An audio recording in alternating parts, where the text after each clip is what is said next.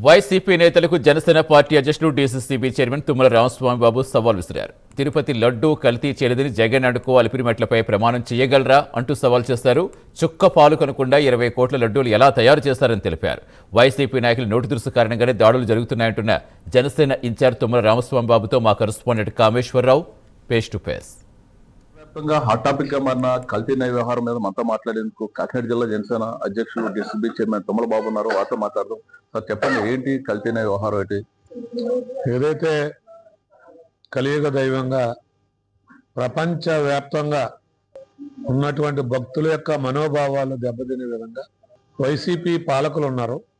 Jagan and co team చేసినటువంటి తిరుపతి దేవస్థానం మీద చేసినటువంటి అపవిత్రం, అధర్మం, తిరుపతి లడ్డూ ప్రసాదంలో కెమికల్స్ వాడి రసాయనాలతో లడ్డూలు తయారు చేపించి 20 కోట్లు పైచిలుకు లడ్డూల్ని ప్రజలకు అమ్మడం జరిగింది.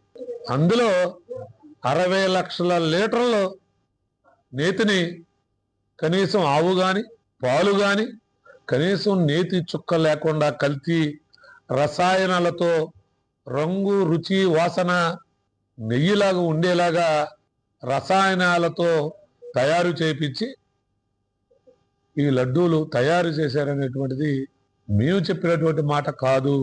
ఇది ఎన్డీడీబీ వారు ఇచ్చినటువంటి నివేదిక ద్వారా, ఎన్డీఆర్ఐ వారు ఇచ్చినటువంటి నివేదిక ద్వారా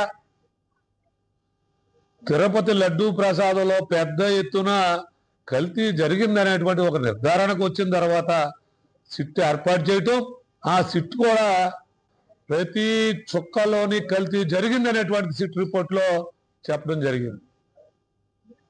వారు ఆ సిట్ రిపోర్ట్ ని అందులో జంతు కొవ్వు అనేటువంటిది, లో అనేటువంటిది ఇవ్వటం జరిగింది.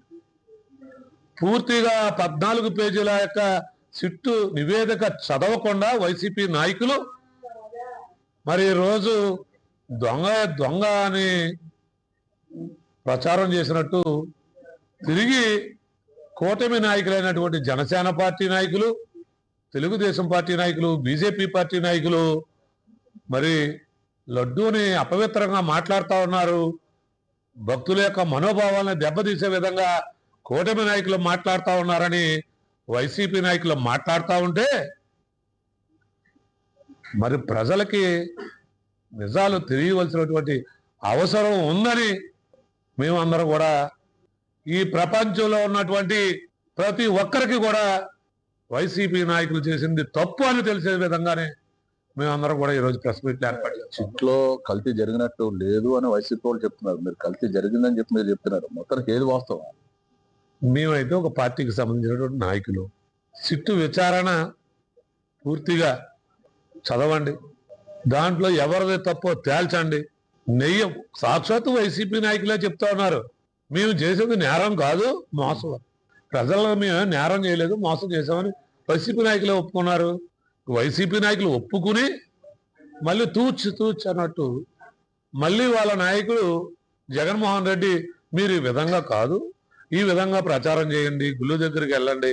ఎప్పుడు గుడి మెట్టు తొక్కని వాడు కూడా ఈరోజు వైసీపీ నాయకులు, దేవుణ్ణి ఆరాధించని వారు, హిందూ సాంప్రదాయాన్ని గౌరవించేవారు ఈరోజు మరి వెంకటేశ్వర స్వామి గురించి మాట్లాడుతుంటే చాలా హాస్యాస్పదం, సిగ్గుచెట్టు. అంటే వాళ్ళ టైంలో కూడా వాళ్ళు కూడా లడ్డు తిన్నారనే అదే కదా, వారి యొక్క కార్యకర్తల యొక్క ఆరోగ్యంతో కూడా ఆడుకున్నటువంటి నాయకుడు జగన్మోహన్ రెడ్డి.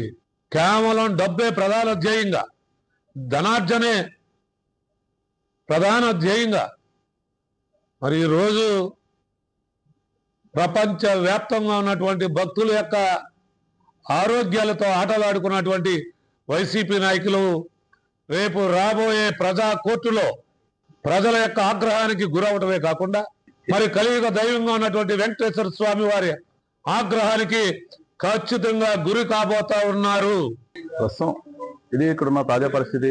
జిల్లా ఇన్ఛార్జ్ అయితే మాత్రం ఖచ్చితంగా గత 5 ఏళ్లు కూడా తిరుమల లడ్డూలో కల్తీ జరిగింది. దీనికి సంబంధించి గత 5 ఏళ్లు కూడా వైఎస్ఆర్సీపీ ప్రజల ఆరోగ్యాన్ని అయితే మాత్రం పాడు చేసింది. ప్రస్తుతం చిట్ విచారణలో కూడా తేలింది. దీనికి సంబంధించి మేము మా పార్టీ తరఫున మేము ఖండిస్తున్నాం అని చెప్పి జిల్లా ఇన్ఛార్జ్ తుమ్మల బాబు చెప్తున్న పరిస్థితి ఉంది. ఇది ఇక్కడున్న తాజా పరిస్థితి. Voter studio.